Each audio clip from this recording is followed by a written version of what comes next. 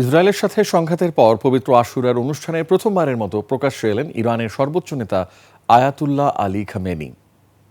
সংঘাত চলাকালীন মার্কিন প্রেসিডেন্ট ট্রাম্প সোশ্যাল মিডিয়ায় বলেছিলেন, ওয়াশিংটন জানে ইরানি নেতা কোথায় আছেন, কিন্তু আপাতত তাকে হত্যা করার কোনো পরিকল্পনা তাদের নেই। এরপর থেকে খামেনি আর জনসম্মুখে আসেননি। দীর্ঘদিন পর ধর্মীয় অনুষ্ঠানে তার উপস্থিতিতে উচ্ছ্বাসে ফেটে পড়েন ইরানের মানুষ।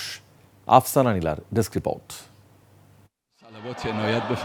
ইসরায়েল ইরান 12 দিনের সংঘাতের পর প্রথমবারের মতো জনসম্মুখে এলেন ইরানের সর্বোচ্চ নেতা আয়াতুল্লাহ আলী খামেনি। পবিত্র আশুরার রাতে তেহরানে একটি ধর্মীয় অনুষ্ঠানে যোগ দেন তিনি।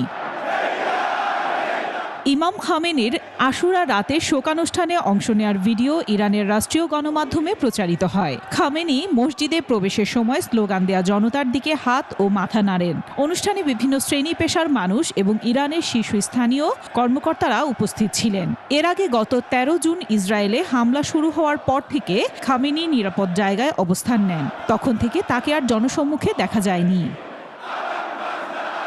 এ সময় টেলিভিশনে তার 3টি পূর্ব রেকর্ড করা ভিডিও বার্তা প্রচার করা হয়, যা থেকে গুজব ছড়িয়ে পড়ে যে তিনি হয়তো কোনো গোপন বাংকারে অবস্থান করছেন।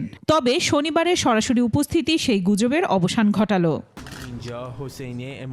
অনুষ্ঠানে আয়াতুল্লাহ খামেনি নিজে কোনো বক্তব্য দেননি। তবে আলোচকরা জানান, খামেনির নেতৃত্বে ইরান বিশ্বব্যাপী মিথ্যার বিরুদ্ধে রয়েছে।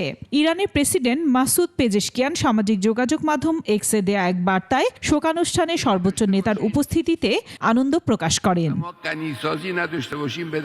আফসানা নীলা, ডেস্ক রিপোর্ট, 21 টেলিভিশন।